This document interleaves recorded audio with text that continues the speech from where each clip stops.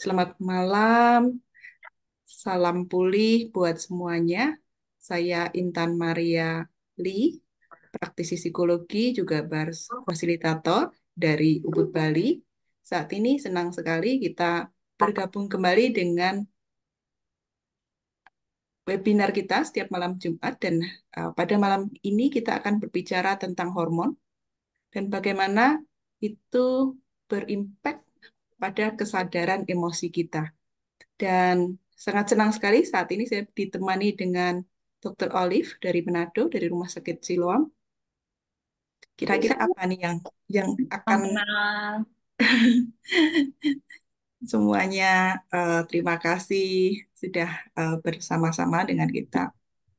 Apa yang merasa perlu untuk nanti ditanyakan dan sebagainya bisa ditaruh di chat. Saya akan memandu dan nanti yang dari chat kita akan bacakan jika nanti sesuai dengan slide ataupun pembicaraan yang akan diberikan oleh Dr. Olivia Walewang, saya panggilnya ya. Bentar saya ini. Baik, kita mulai dari mana nih Dr. Olivia? Terima kasih. Mungkin ada perkenalan yang mau ditambahkan, silahkan.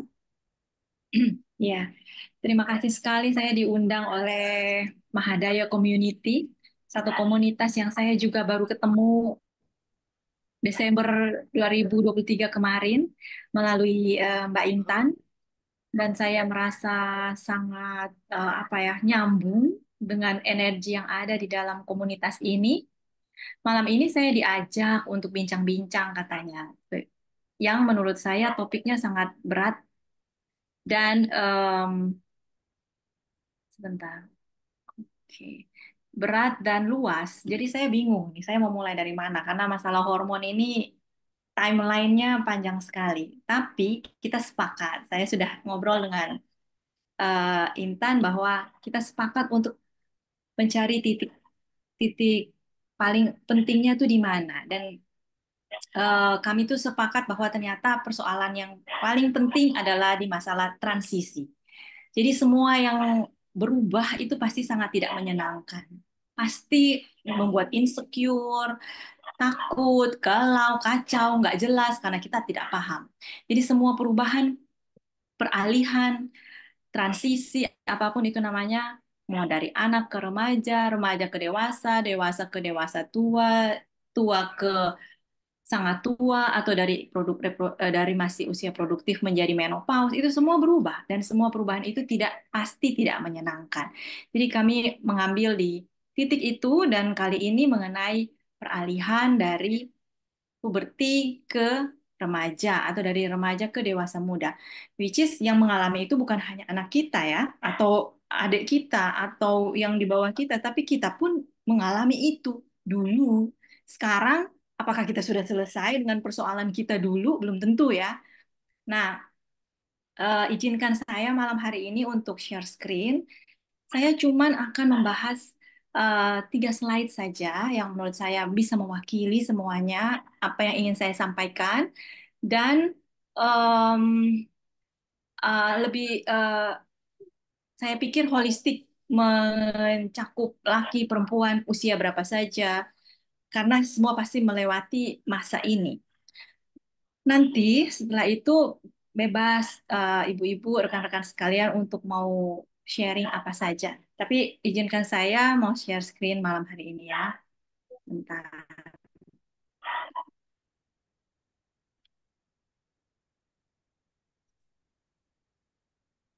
Nah, apakah sudah cukup Ya, jelas? Oke, terima sangat kasih. jelas. Terima kasih.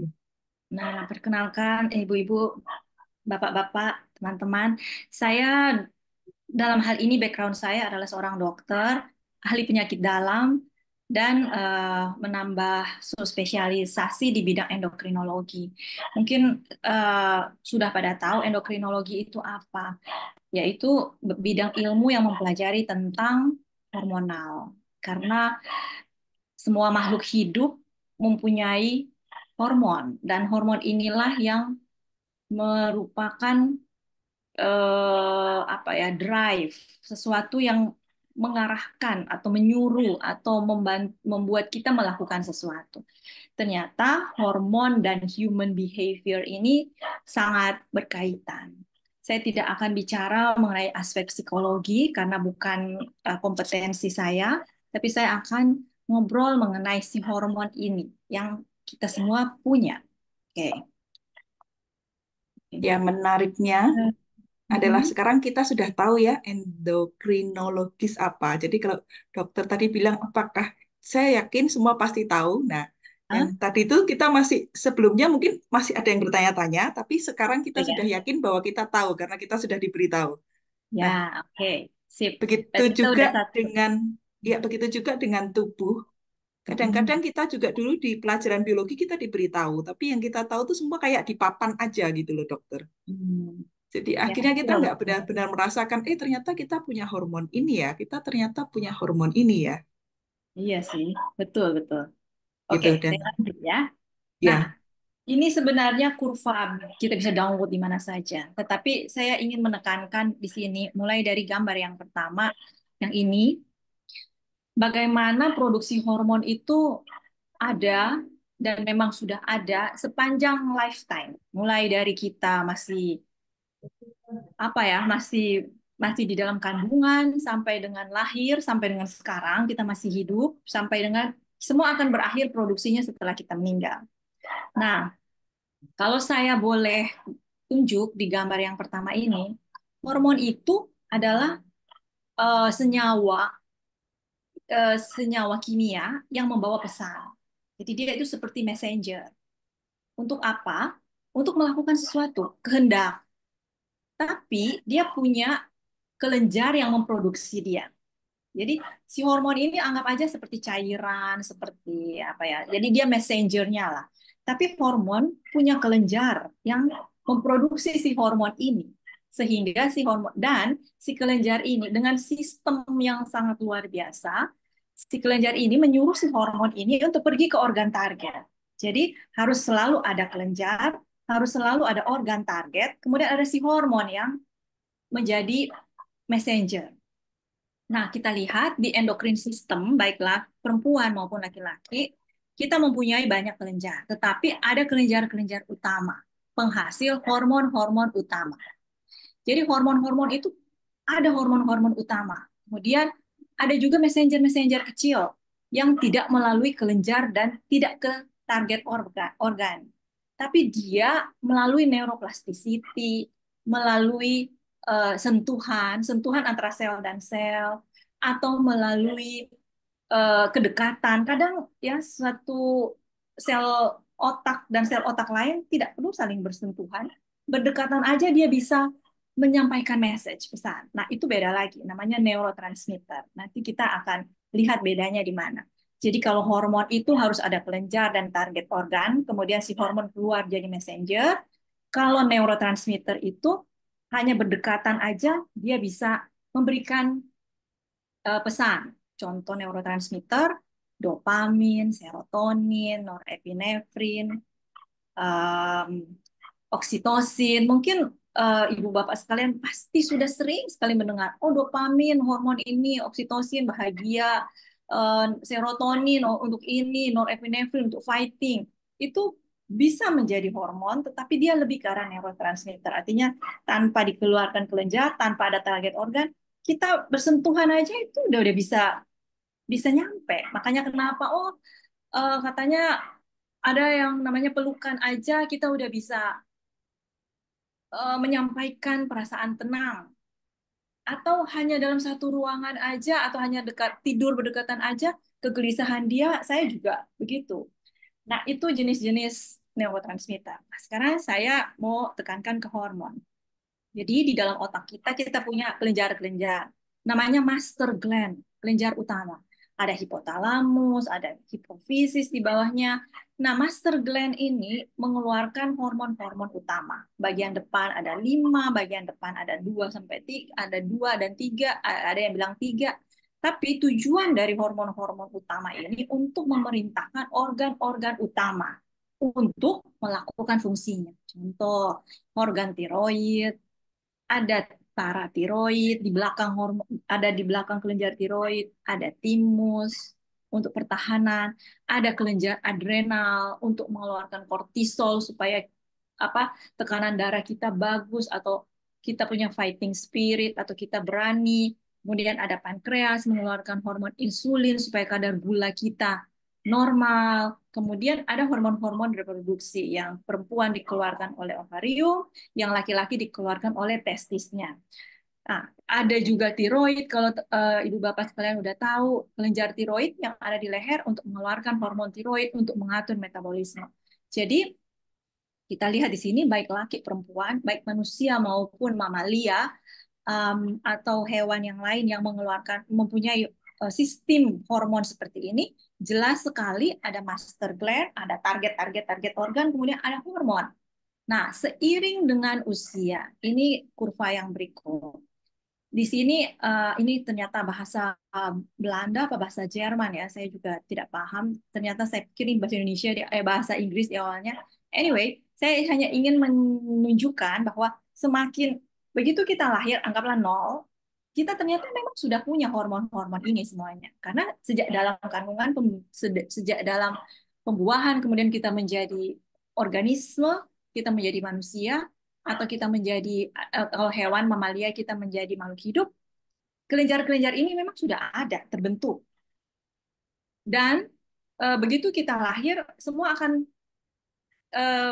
memulai fungsinya. Contoh, kalau kita bicara masalah pubertas seperti topik kita malam hari ini, maka hormon-hormon yang dikeluarkan ovari, testikel seperti estrogen, testosteron, itu semua coba kita lihat ya. Begitu kita lahir, semua sudah ada dan mencapai puncaknya di usia akil balik. Hmm. Antara 10 sampai 15 tahun. Kemudian dia akan terus bertahan sampai usia reproduksi kita akan mulai selesai. Perempuan mungkin begitu sudah mulai memasuki 40 ke atas, itu semua hormon-hormon reproduksi akan mulai menurun. Tergantung populasi. Kalau orang Eropa mungkin di sekitar 40 sampai 45 langsung menurun. Perempuan Asia bertahan lebih lama. Mungkin 45 baru mulai menurun. Laki-laki beda lagi. Agak lama. Jadi di sekitar 55 baru testosteron akan menurun. Tetapi apapun itu, mau melatonin, DHEA, testosteron, estrogen, kortisol, apapun itu, seiring dengan pertambahan usia kita, dia pasti akan menurun. Karena pertama, si organ-organ kita pun memang fungsinya menurun. Yang kedua, master gland kita juga lama-lama mengisut. Ini kalau kita bicara secara fisiologi normal orang manusia atau mamalia ya. Kelenjar kita juga akan mengisut sehingga produksinya berkurang. Dan ada satu hal yang mungkin kita tidak menyadari, yaitu kita tidak melatih. Karena masalah hormonal ini mulai dari kapan sih si kelenjar ini harus mengeluarkan hormon? Kapan sih kelenjar ini harus stop mengeluarkan hormon? Siapa yang memerintahkan? Atas kebutuhan apa? Berapa yang harus dikeluarkan? Berapa yang dia harus stop? Kapan dia harus stop? Ternyata ada namanya mekanisme umpan balik dan itu luar biasa.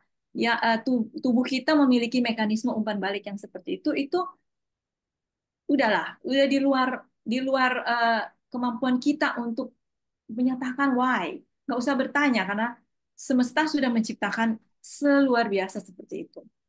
Begitu hormon misalnya ya, kortisol beredar di darah kebanyakan, si kelenjar adrenal ini akan memberi umpan balik ke kelenjar pituitary atau di atas master gland ini bahwa, udah kebanyakan nih di blood flowku, udah kebanyakan, stop. Nanti aku akan terlalu heboh.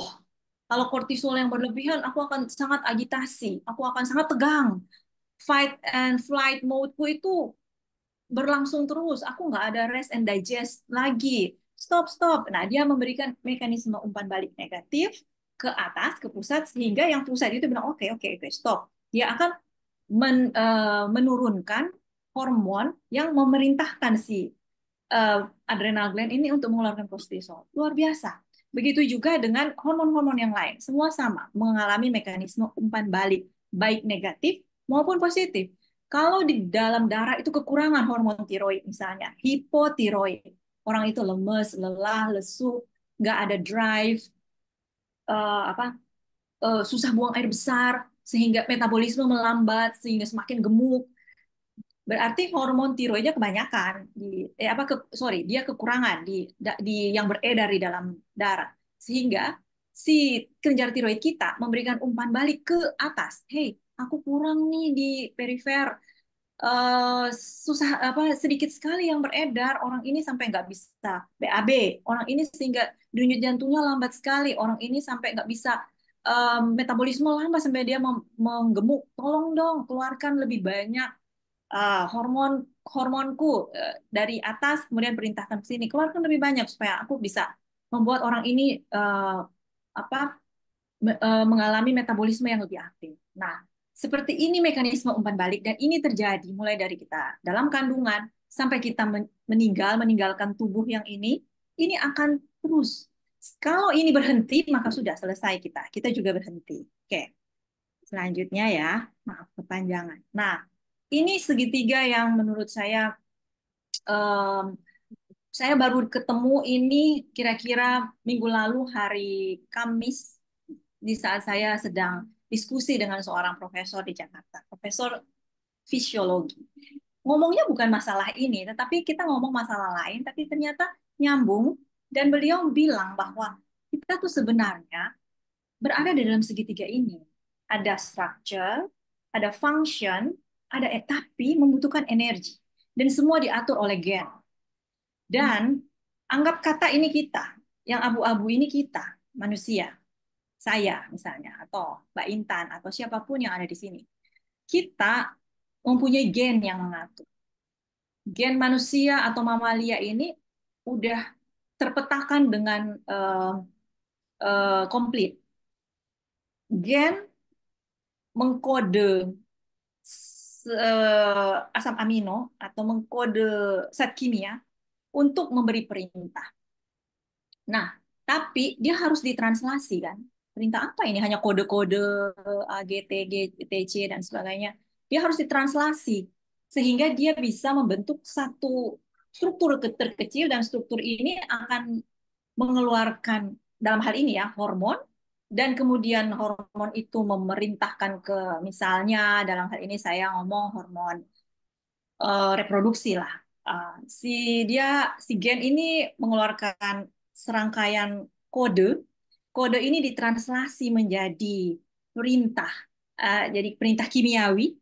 Dia bilang ke struktur. Struktur ini dalam hal ini adalah misalnya ovarium. Hey ovarium, saya mengkode gen untuk kamu membentuk estrogen. Saya mengkode gen untuk kamu membentuk progesteron. Karena anak ini sudah berusia, misalnya perempuan, 10 tahun. Sudah saatnya dia mengalami reproduksi yang normal. Sudah saatnya seks sekunder dia terbentuk. Seks sekunder itu adalah kelenjar payudara, testis kalau pada laki-laki, bulu-bulu, baik bulu kemaluan maupun ketiak, kumis pada anak laki-laki, perubahan pita suara, perubahan kulit dari yang bayi, kulit bayi, kok kulit saya dulu empuk-empuk bayi ya, begitu remaja kok kenapa jerawatan, udah mulai ada androgen. Nah, itu terjadi perubahan. Jadi si gen itu bilang ke struktur itu si ovarium atau si testis, keluarin dong androgen, keluarin dong estrogen atau progesteron. Oh ya, oke kita keluarkan berapa? Ya yang secukupnya pada saat dia 10 tahun sehingga dia akan mulai menstruasi dan macam-macam. Dan si struktur ini mengeluarkan fungsi. Fungsinya itu hormon-hormon tersebut. Tapi untuk sebuah struktur dan sebuah fungsi ini bekerja dengan baik, walaupun sudah diperintah oleh gen ya, kita butuh energi. Energi itu apa? Energi itu kalau di dalam sel namanya ATP, diatur oleh mitokondria. Tapi kita dalam komunitas Mahadaya ini mempunyai definisi lain bukan tentang energi. Jadi, saya mau mengajak kita sedikit apa ya? Berimajinasi. Ada yang namanya absolute truth dan ada yang namanya non absolute truth. Artinya yang absolute truth ini yang saya gambarkan ini, struktur ini. yaitu kita yang di dalam warna abu-abu ini, semesta yang di abu-abu tua ini, dan I don't know what to say, intinya universe or God or something or sat yang luar biasa, I don't know, yang berwarna putih ini. Saya berusaha menggambarkan warna-warna ini bahwa sebenarnya kita cuma perubahan gradasi aja. Kita sebenarnya satu. Nah, terhubung dengan ini. Tapi yang saya gambarkan secara absolut, yang bisa dilihat struktur itu kelenjar apa, fungsi itu hormon bisa diperiksa apa, energi si ATP itu bisa dilihat apa, gen bisa dikode, itu absolut. Tapi di luar itu kita mempunyai energi yang sepertinya kok tidak absolut, kayak non absolut, tidak kelihatan. Saya tidak bisa menyampaikan itu, mungkin nanti Intan bisa membantu. Tapi intinya di sini kita melihat bahwa mau absolute truth ataupun non absolute truth, mau energi yang kelihatan ataupun energi yang tidak kelihatan, ini kita main di dalam seperti ini, di dalam structure function energi, dan kita berada di dalam lingkaran seperti ini. Em, saya excited sekali menyampaikan segitiga ini, tetapi saya yakin bahwa, bentar, saya yakin Bapak Ibu sekalian pasti mempunyai interpretasi dan translasi yang berbeda-beda tentang segitiga ini maupun energi yang saya sampaikan tadi. Saya butuh bantuan sekali baik dari teman-teman maupun dari Intan untuk menyampaikan energi yang satunya lagi karena saya eh, pemahaman saya masih kurang terhadap hal itu. Oke, selanjutnya ini yang terakhir. Dan ternyata semuanya itu baik hormon-hormon baik yang kita lihat tadi melatonin. Melatonin ini adalah suatu hormon yang dikeluarkan oleh kelenjar pineal. Kelenjar pineal itu adalah kelenjar yang kecil sekali di belakang hipotalamus yang dipikir selama ini hanya suatu remnan apa ya peninggalan apa ya misalnya kita membentuk satu organ ada sesuatu yang ketinggalan yang tidak berevolusi dia nggak ada gunanya sama sekali dulunya dianggap seperti itu sama seperti umbai cacing atau usus buntu dulu si pineal gland ini ataupun si usus buntu dianggap nggak ada manfaatnya sama sekali. Itu hanya remnant aja, sisa-sisa evolusi manusia atau mamalia yang waktu dia sudah dewasa, sudah lahir dan dewasa tidak hilang. Ternyata tidak seperti itu, karena tidak ada yang diciptakan oleh semesta ini tanpa ada maksudnya. Mau sepele apapun itu, pasti ada maksudnya itu apa. Jadi kita nggak lihat yang orang yang hebat-hebat, tapi yang kelihatan nggak hebat tetap memang dihadirkan untuk sesuatu, untuk melengkapi. Contoh melatonin. Kita hanya tahu bahwa melatonin itu dipakai untuk orang yang sudah tidur. Betul bahwa melatonin ini diaktifkan oleh cahaya melalui serotonin. Serotonin harus cukup untuk sampai ke pineal gland mengeluarkan melatonin pada malam hari sehingga kita pada level yang cukup sehingga kita merasa mengantuk. Apabila melatonin ini tidak cukup, maka kita nggak mengantuk-mengantuk. Nah, itu yang membuat kenapa manusia gua zaman dulu tidak perlu jam, tidak perlu apa, tapi dia udah tahu kapan dia mau tidur. Karena kehilangan sinar matahari sehingga melatoninnya muncul. Jadi karena siklus terang dan gelap ini yang luar biasa banget yang akan membuat si melatonin itu keluar. Dan yang akan membuat melatonin stop keluar. Terang akan membuat kortisol keluar gitu. Jadi kenapa kalau kita siang terus kita akan punah? Kenapa kalau kita malam terus kita akan punah? Karena hal-hal seperti ini. Kemudian ada juga hormon adenokortikotrofen hormon yang dia mem, dia mem, ya itu yang tadi dia menyuruh si adrenal mengeluarkan kortisol. Nah, di luar dari absolute truth yang saya bilang tadi, melatonin bikin hormon untuk tidur, ACTH untuk mengeluarkan kortisol, untuk peran tensi lah, fungsi tubuh dan sebagainya. Dopamin untuk menaikkan tensi, luteinizing hormon ini untuk ovulasi pada saat kita siklus menstruasi ada di tengah-tengah LH keluar dan kemudian sel telur keluar ovulasi atau testosteron untuk membentuk seks-seks sekunder, oksitosin untuk mengeluarkan air susu ibu atau kontraksi rahim, tiroksin untuk memproduksi hormon tiroid, adrenalin untuk apa uh, untuk tonus pembuluh darah dan sebagainya. Itu absolute truth. Tapi di luar itu ternyata ini semua dia juga bersifat sebagai neurotransmitter. Dia nggak, kadang dia tidak. perlu mencapai jarak jauh dari si kelenjar ini ke target organ untuk memerintahkan semua yang saya sudah sampaikan tadi sebagai absolute truth. Tapi dia juga bersifat sebagai neurotransmitter. Artinya, tanpa jarak sejauh itu, kita hanya berdekatan saja, atau sel dan sel kita berdekatan, ini mengeluarkan fungsi. Dan fungsinya itu yang bukan absolute truth yang saya bilang tadi. Contoh, melatonin itu ternyata berpengaruh di dalam learning atau reduce levels depresi. Nah, ACTH ternyata berperan penting dalam stres, adiksi, ketergantungan, dan depresi. Nah, dopamin katanya itu feel good hormone atau pleasure hormone. Mungkin bukan pleasure hormone ya, tapi feel good yes, maybe karena dia neurotransmitter yang akan membuat calm atau membuat satisfied atau saya membuat saya kok merasa enak ya hari ini ya gitu. Luteinizing hormone tidak semata-mata membuat ovulasi, tapi juga dia mempengaruhi mood. Makanya itu yang bisa mungkin menjelaskan kenapa orang kalau menjelang ovulasi kayaknya semuanya terasa indah ya. Seksual drive-nya meningkat, kayaknya pengen berhubungan terus atau apa ya, merasa lebih seksi. Nah, itu adalah karena si luteinizing hormone ini membuat orang itu menjadi lebih merasa seperti itu. Em, Kalau itu tidak ada atau feel sexy, feel aroused atau feel ingin apa berhubungan itu tidak ada, maka manusia punah. Nggak ada lagi drive seperti itu.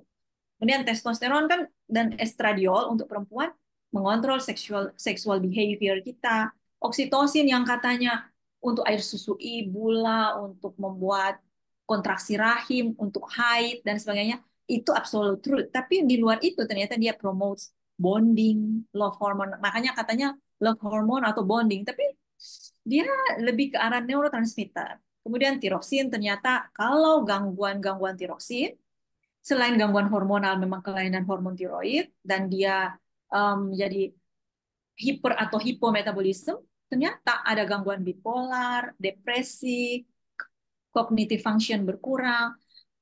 Itu yang bisa menyebabkan kenapa walaupun master gland kita utuh dan bagus, target organ kita utuh dan bagus, jadi berarti structure and function-nya oke, hormon yang dikeluarkannya pun itu cukup, nggak ada masalah sebenarnya. Begitu dicek lab, bagus semua. Begitu di USG, tiroidmu bagus. Begitu dicek yang lain-lain, semua berfungsi dengan baik.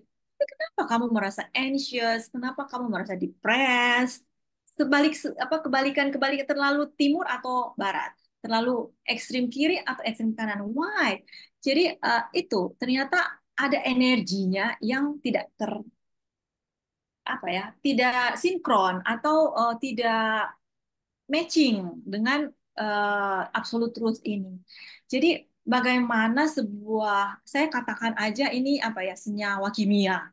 Saya Kalau saya mau bilang hormon berarti saya tidak bicara mengenai neurotransmitter perannya. Kalau saya bilang neurotransmitter itu terlalu tidak bisa dilihat dan tidak bisa terukur karena dia neuroplasticity, kedekatan sel atau apa ya komunikasi secara langsung yang kita tidak bisa lihat dengan mata kepala. Jadi saya bilang aja ini senyawa kimia. Karena komunikasi antar sel itu membutuhkan energi. Mau energi yang absolut kayak dalam bentuk ATP, yang dibentuk di mitokondria, yang dibawa oleh enzim Q10, atau energi dalam bentuk yang lain, yang kasat mata itu tetap semua kita butuh energi. Dan kalau itu tidak ada, maka segitiga yang tadi tidak akan ada. Tidak ada structure, tidak ada function. Mau gen, mau kode terus membentuk semua apa namanya semua asam amino untuk bikin ini, bikin itu, mau dia suruh apapun tidak ada energi itu tidak bisa. Tidak akan terjadi apa-apa. Dan ternyata komunikasi itu komunikasi antar sel itu sama persis dengan seperti kita manusia ya. Saya menganalogikan aja. Misalnya autocrene. Autocrene itu seperti seperti saya ngomong di handphone. Saya bicara dengan diri saya sendiri. Oke, itu seperti autocrene. Jadi si kelenjar itu mengeluarkan hormon atau neurotransmitter untuk dia sendiri. Kemudian ada namanya parakrin. Parakrin itu yang berdekatan ngomong. Misalnya saya ngomong sama teman yang di dekat atau siapa yang ada di dalam satu ruangan. Kamu ambilin ini, saya menyuruh gitu. Ambilin ini gelas karena gelas itu harus mengambil air, air itu harus menyiram bunga dan sebagainya. Itu parakrin. Kemudian ada namanya endokrin.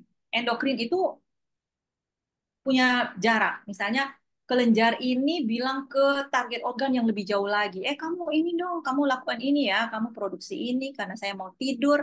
Jadi kortisolnya kamu rendahkan, melatoninnya kamu naikkan, bla bla bla. Itu uh, apa namanya endokrin karena jarak jauh. Nah, neurotransmitter itu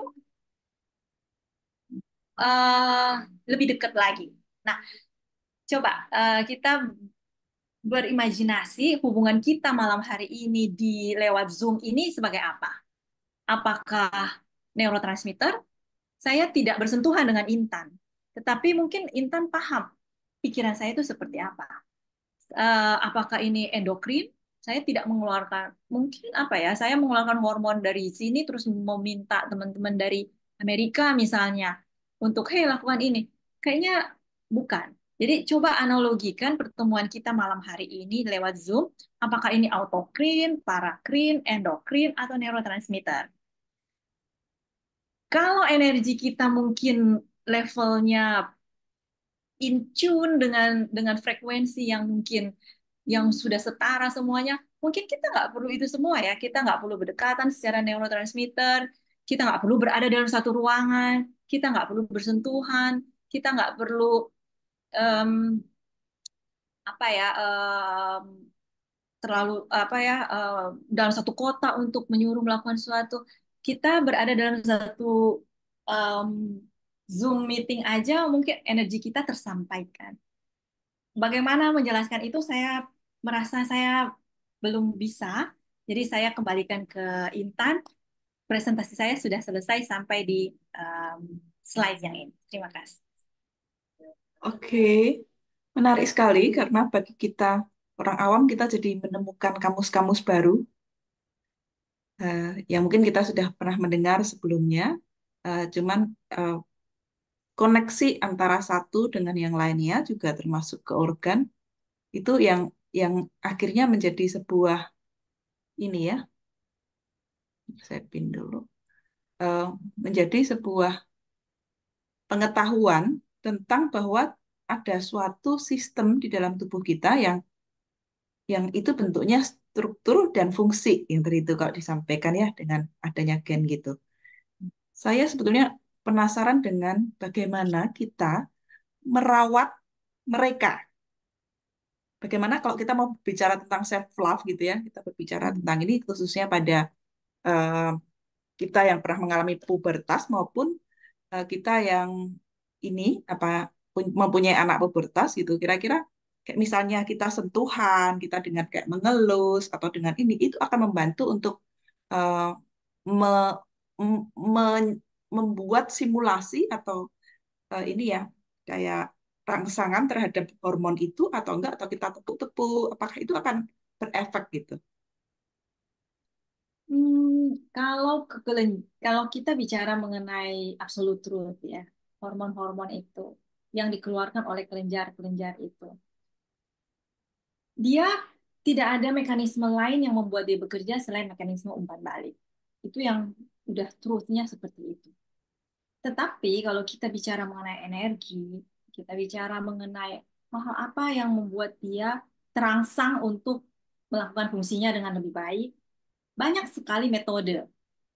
Baik itu tapping, kita mengenal tap lah beberapa tempat seperti di timus, di tiroid, atau di belakang pinggang untuk mengaktifkan kelenjar adrenal di situ. eh yang kita tahu sampai sejauh ini, tapping seperti itu ya, tapping itu bisa mengaktifkan kelenjar-kelenjar yang saya sebutkan tadi. Kalau hugging mungkin elusan atau em, bahkan nggak usah elus ya, kita juga hanya memberikan gesture yang apa yang belas asih itu akan bisa menenangkan. Dan itu yang saya bilang tadi, itu adalah gaya kerjanya si neurotransmitter itu. Jadi tanpa perintah langsung oleh si hormon itu, hanya dengan berdekatan, atau kita peluk, atau kita usap, atau kita tepuk, atau kita mungkin audio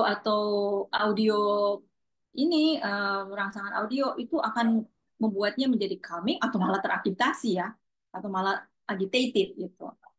Jadi um, itu saya bilang tadi. Saya bilang mengenai saya tahunya mengenai absolute truth. Nanti yang non absolute truth ini mungkin itulah yang energi-energi di balik semua itu ya, absolute truth itu ya. Iya, itu juga sebetulnya yang menarik dengan yang kita mungkin beberapa di sini juga sudah ada teman-teman praktisi bars ya. Bagaimana sentuhan itu mengizinkan untuk um, membuat lebih calming sehingga hmm, ya kalau kita bilang tentang hormon mungkin yang biasanya bermain dengan kortisol gitu ya cukup tegang dan sebagainya itu jadi kayak menyesuaikan sendiri sehingga sesuatu yang tidak diperlukan secara energi itu akan keluar dari tubuh. Ini kadang yang membuat yang tadi yang kayak ininya energi gitu kan ya di part of energy tadi yang kita sedang bilangkan. Nah, sekarang pertanyaannya bagaimana jika itu uh, tubuh mendapat rangsangan emosi yang sangat keras. Jadi misalnya kayak kemarahan yang berulang gitu ya, atau kesedihan yang berulang gitu. Apakah tubuh kayak mempunyai suatu penyelamat atau kita bisa membentuk suatu penyelamat dengan hormon yang lain, dengan menyetabilkan hormon atau bagaimana? Satu hal yang harus yang memang hukumnya adalah masalah hormonal itu adalah masalah keseimbangan. Jadi semua harus in order to be balanced. Tubuh kita nggak akan mengeluarkan berlebih kalau dia lagi berlebih. Tubuh kita nggak akan menstop mengeluarkan kalau dia lagi kekurangan. Nah, ada kondisi-kondisi tertentu yang membuat uh, kelenjar atau membuat hormon kita keluar lebih banyak karena emosi. Jadi emosi ini sebenarnya bukan absolute truth kan. Yang tadi itu semua absolute truth. Tapi feeling, emotion itu bukan absolute truth. Karena dia ada, tiada, datang, pergi, naik, turun, dan sebagainya. Tapi sayangnya emosi menguasai kita. Eh, dan kita membiarkan emosi kita menguasai kita sehingga kita kayak tubuh kita kayak dibodohi dan kelenjar kita menjadi lebih aktif misalnya kemarahan atau grief yang terus menerus, sedih yang terus menerus, sehingga hormon untuk fight atau hormon untuk rest and relax itu kelihatannya tersupresi, yang keluar adalah sebaliknya. Atau anger, kemarahan yang terus-menerus itu membuat hormon-hormon yang harusnya rileks, membuat orang itu menjadi lebih santai untuk bisa pup, malah menjadi tidak santai dan tidak bisa pup. Nah, jadi sebenarnya itu semua bukan diperintahkan oleh si hormon, diperintahkan oleh si kelenjar untuk mengeluarkan hormon itu tapi itu adalah emosi. Pertanyaannya adalah apakah kita yang kita membiarkan kelenjar dan hormon kita yang mengatur atau regulate fungsi-fungsi ini, atau kita mau membiarkan emosi kita mengatur si hormon ini. Harusnya hormon dan kelenjar inilah yang merespon kemarahan atau ketakutan kita sehingga si adrenal bilang, aduh kamu takut sekali, udahlah jangan produksi kortisol terlalu banyak lagi, kortisol stop stop, jangan produksi dia, jangan produksi lagi, biarkan dia santai. Tapi tidak begitu, di hijack oleh si emosi. Jadi si emosi ini yang menciptakan seperti seakan-akan aku tuh dalam ketakutan terus sehingga si dia membodohi si kelenjar adrenal sehingga mengeluarkan kortisol terus-menerus. PR kita adalah mungkin mengenali ya mana yang absolute truth, aku betul-betul sakit atau aku betul-betul takut. Takutnya kenapa? Karena sesuatu jelas ada yang kita takuti. Sehingga hormonnya itu berespon terhadap absolute truth.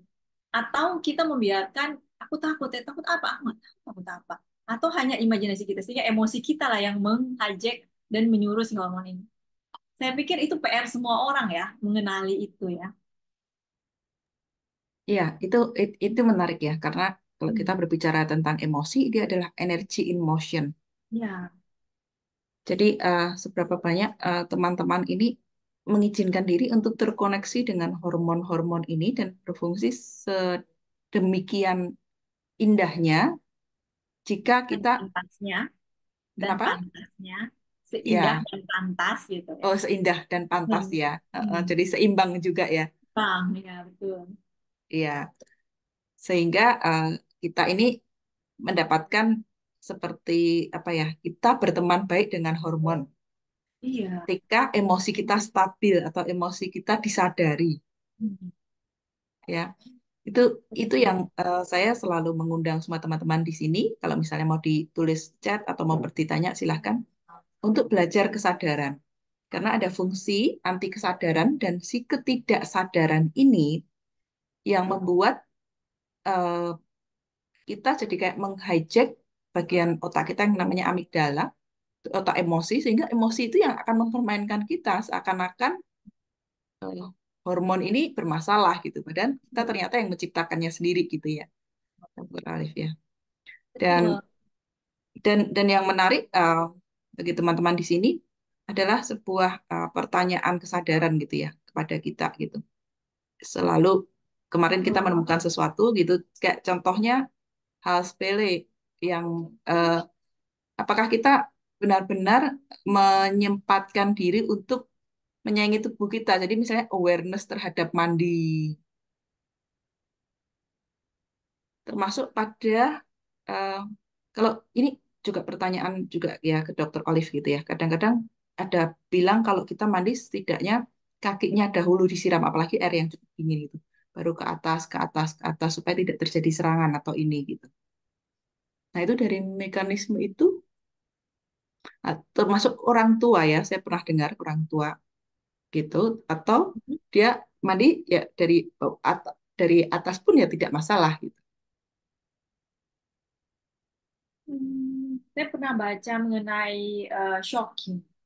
Jadi kondisi-kondisi shocking seperti mandi di air es atau air dingin atau tapping yang men-shock tubuh atau eh, trampolin apa namanya ya kayak Loncat-loncat. bouncing, Heeh. bouncing ya.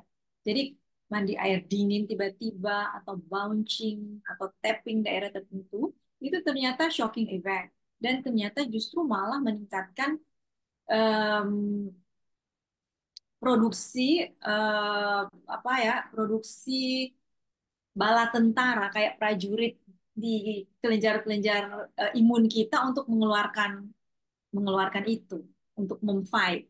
Tapi saya tidak membaca mengenai masalah mandi, apakah mulai dari atas dulu atau dari kaki dulu. Saya kurang paham. Tapi kalau seandainya ini bicara ya lain ya, misalnya orang tua dan kemudian dia udah ada gangguan irama jantung, sebaiknya menghindari yang shocking-shocking itu karena mandi di air terlalu hangat panas atau mandi di air terlalu dingin itu akan membuat irama jantungnya menjadi aritmia, menjadi tidak teratur. Jadi saya rasa bukan tidak bisa di generalize ya, tetapi case by case Ya, gitu. itu yang akhirnya jadi kayak misalnya kita jadi cenderung untuk perlu mengamati dan memergoi diri kita sendiri ya. Sendiri, iya betul. Ya, karena perubahan kecil setiap hari dari tubuh itu ketika kita mengamati sebetulnya itu tidak prinsipnya adalah sebetulnya itu dinamis gitu ya. Tetapi ketika kita melihatnya terus-menerus dengan emosi yang intens yang mungkin energi dan sebagainya, dinamisnya itu jadi kayak tidak beraturan, bisa dikatakan seperti itu. Kalau saya boleh tambahkan sesuai dengan topik kita transisi di puberti ini. Saya pikir ya ada satu yang lag dari pendidikan transisi, pendidikan anak di kita. Saya nggak tahu di luar bagaimana. Eh, Menyadari enggak bahwa kita melewati masa remaja, masa puberti kita tanpa tahu apa-apa mengenai tubuh kita sendiri. Kita hanya belajar di sekolah kan, biologi bahwa ini begini, begini, begini. Buat orang tuanya, buat anak-anak yang punya orang tuanya dokter sekalipun, belum tentu di-allow anak ini untuk mengenali dirinya dan tubuhnya di masa transisi itu. Jadi betul sekali bahwa justru di seorang anak yang akan melewati masa transisi ini, ataupun seorang perempuan yang akan melewati masa transisi dari yang preproduktif menjadi menopause, tidak ada yang lebih baik selain dia mengenali dan menyadari tubuhnya sendiri. Dan itu yang mungkin harus kita empower bahwa it's okay, kamu harus tahu diri tubuhmu itu seperti apa pada saat ini. Anak-anak yang akan melewati transisi juga begitu. Kan kita kebanyakan, apalagi anak-anak yang udah mulai remaja, terus mulai mau akil balik, itu namanya puberti. Banyak hal tabu yang tidak perlu kita bicarakan. Yang orang tua langsung, bus, nggak usah ngomong itu. Udah, nggak usah gitu. Atau, apa sih? Jangan bicarakan itu. Gitu. Padahal itu yang harus di apa ya, diajari supaya mereka mengenali itu. Ya, ini ada Cili Anggreni, ini juga lumayan jauh dari San Antonio. Dia bilang setuju dengan tidak adanya awareness mengenai perubahan transisi diri. Ya, itu akhirnya nanti berpengaruh kepada ini apa namanya di psikologi perkembangan ada tahap perkembangan di mana self identity versus confusion. Nah, kadang-kadang pada eh, orang-orang dewasa ternyata self identity ini tidak pernah terbentuk. Jadi di umur pubertas dia masih di area yang confusion. Jadi ketika dia bingung dengan dirinya, nanti dia meningkat di dewasa muda dan sebagainya.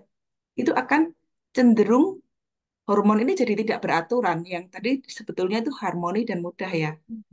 Tapi jadi tidak beraturan sehingga mungkin kita akan bilang gampang marah-marah. Jadi yang tadi itu dibilang dari energi kan. Jadi seberapa banyak itu berteman dengan emotion kita gitu. Ya. Jadi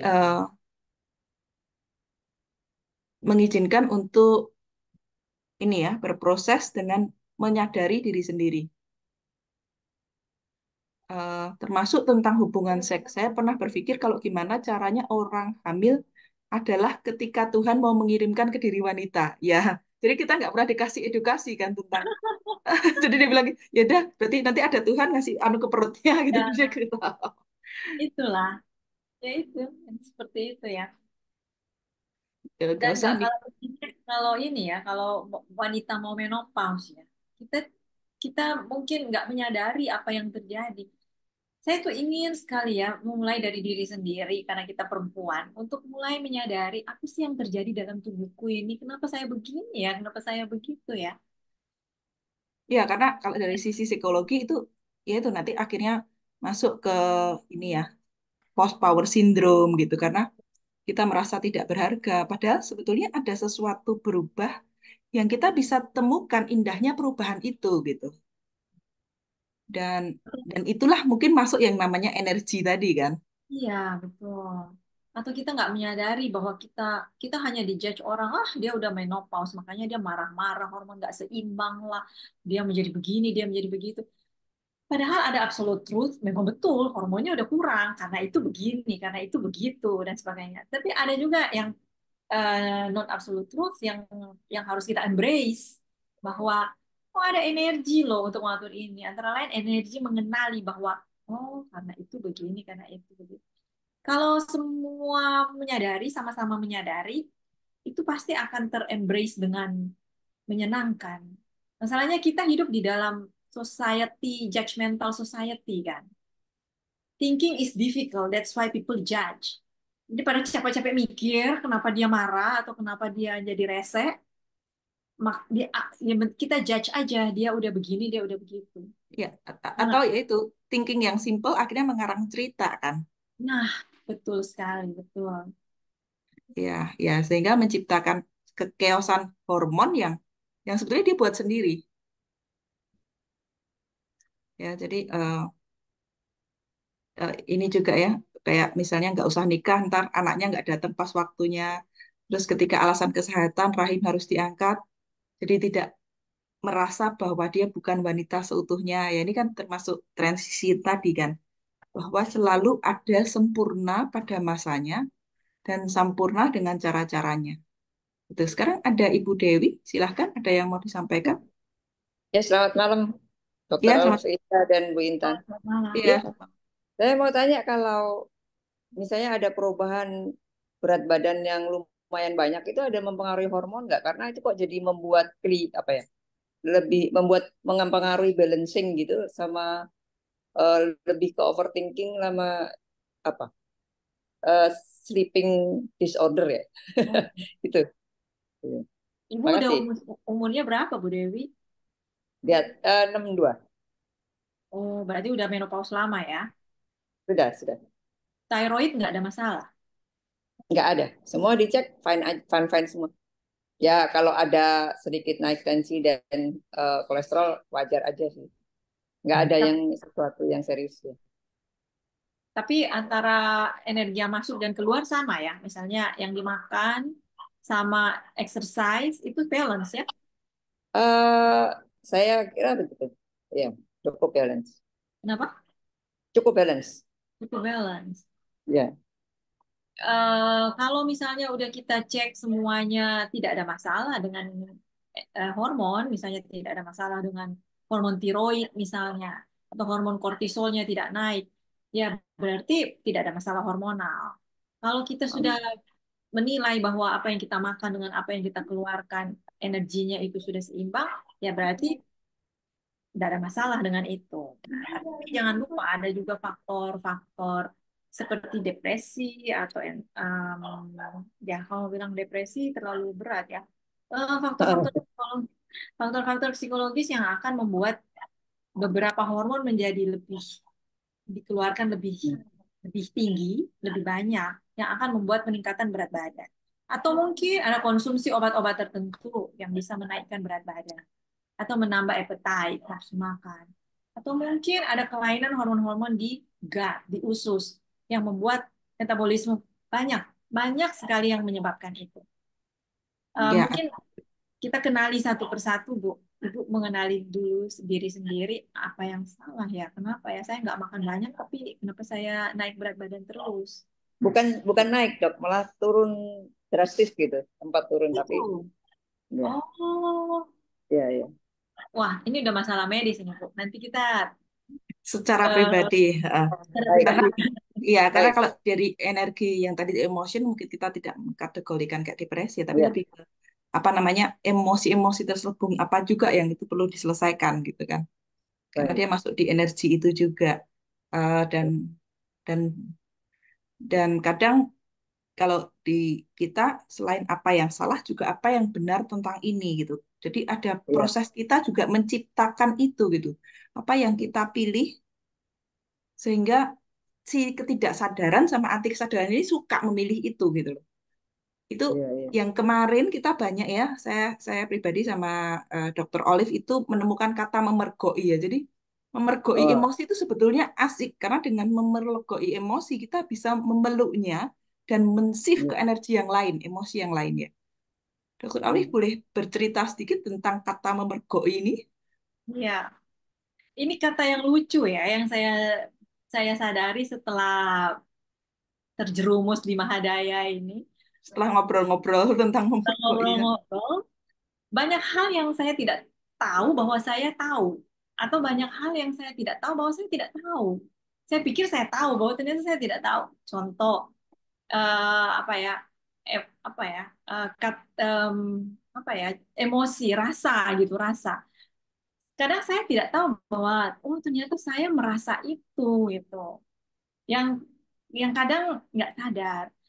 Kadang-kadang saya suka texting Intan misalnya, ih, saya memergoki kata baru loh terhadap kondisi saya saat ini, misalnya apa. Misalnya Misalnya, tidak bisa tidur, itu eh, insomnia kan gitu.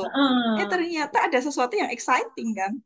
iya, atau saya tuh nggak tahu kenapa ya saya kayak jittery banget, kayak nggak tenang banget. Padahal saya mau liburan atau padahal saya mau melakukan sesuatu yang kena.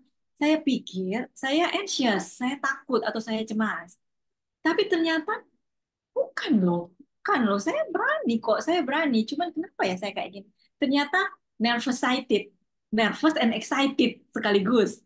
Jadi saya nervous tapi sekaligus saya excited. Sebenarnya banyak hal baru atau neologisme, pembentukan kata-kata baru yang sering kita bikin sendiri kalau kita menemukan memergoki itu. Kita masih dalam tahap memergoki sih setiap hari. Ada aja. Mungkin kita bisa memergoki satu kata ya setiap hari terhadap apa yang kita rasa atau emosi apa yang sedang kita hadapi. Ya, dan ternyata ya itu bukan, ya itu di energi dan di emotion. Dia sebenarnya bukan absolute truth Iya, di bagian itu kan, di bagian energi dan emotion. Dan ketika kita istilahnya mengajari atau menyediakan waktu untuk duduk bersamanya dan mengamati, oh ternyata bukan itu, ada kata lain yang bisa ditemukan. iya, Dan itu berpengaruh ke reaksi hormon, termasuk reaksi di dalam tubuh, dan lebih santai, lebih rileks iya, gitu ya. betul, betul, betul. Iya. Oke, terima kasih buat semua, buat ngobrol kita eh, pada malam hari ini. Juga semoga menjadi suatu tantangan buat kita untuk lebih menyayangi diri. Juga terima kasih buat Dr. Olivia yang menyediakan waktunya, termasuk dengan semua penjelasan yang wow sekali, yang kita benar-benar tidak pernah tahu sebelumnya. Tapi kita jadi mengerti dengan beberapa yang terjadi di dalam tubuh kita terkait dengan hormon. Dan semoga ini menjadi bermanfaat bagi kita semua. Adakah kalimat terakhir atau kesimpulan yang Dr. Olive ingin sampaikan? Saya cuma mau bilang bahwa kita berada dalam bahasa yang sama dalam hal ini. Mau laki, perempuan, usia berapapun, intinya don't worry, we are not alone. Kita semua dalam bahasa yang sama. Yang kedua adalah masalah hormon ini prinsipnya cuma satu, balance. Dan kita harus berusaha menyadari itu. Kalau kita merasa udah kelebihan, kita turunkan. Kalau kita merasa terlalu rendah, kita naikkan. Tidak gampang, sangat tidak gampang. Tapi mulai menyadari semua semua gejala-gejala dan pikiran-pikiran itu, saya rasa itu sudah satu langkah yang luar biasa dengan menyadari bahwa kayaknya aku ini sekali turunkan atau lakukan sesuatu untuk membalance ini supaya jadi balance, atau kayaknya saya rendah, low sekali, kalau saya nggak bisa mengangkat ini, lakukan sesuatu supaya yang timbangan ini turun, supaya tidak gampang tetapi bersama-sama saling mengingatkan, saya percaya bisa. Yes. Oke, kesadaran akan membimbing si ketidaksadaran di arti kesadaran ini termasuk dengan mengenali tubuh kita sepenuhnya. Baik, terima kasih kepada semua dan terima kasih kepada Dr. Olive. Selamat malam, selamat beristirahat. Bye bye. Bye.